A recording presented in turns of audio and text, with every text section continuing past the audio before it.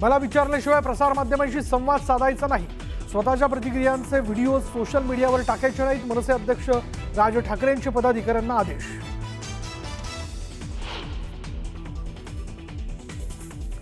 मनसे आणि शिवसेना ठाकरे पक्षाचा गिरणी कामगारांच्या मोर्चाला पाठिंबा। उद्या उद्धव ठाकरेही मोर्चाला राहणार उपस्थित।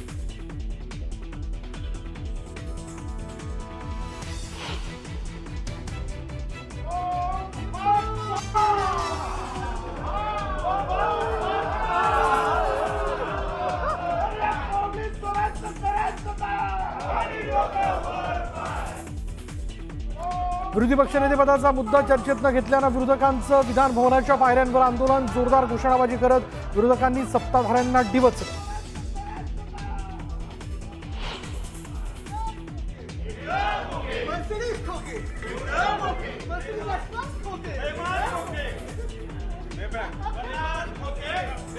भरत गोगावले आणि राणेंपाठोपाठ विरोधकांच्या निशाण्यावर सभापती नीलम गोरे विधान भवनाच्या पायऱ्यांवर घोषणाबाजी करत उपसभापतींना डिवचलं।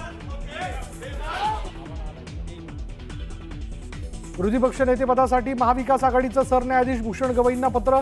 सरकारला 7 महिने उलटले तरी विरोधी पक्षनेतेपदाबाबत निर्णय होत नसल्यानं महाविकास आघाडीकडून सरन्यायाधीशांना साकडं।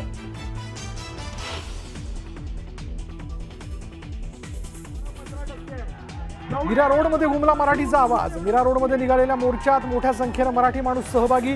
व्यापाऱ्यांच्या मोर्चाला मोर्चानं दिलं उत्तर।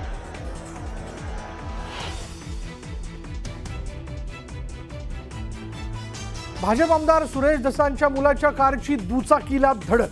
दुचाकीस्वार नितीन शेळकेचा मृत्यू। सुपा पोलीस स्टेशनमध्ये सागर धसवर गुन्हा दाखल।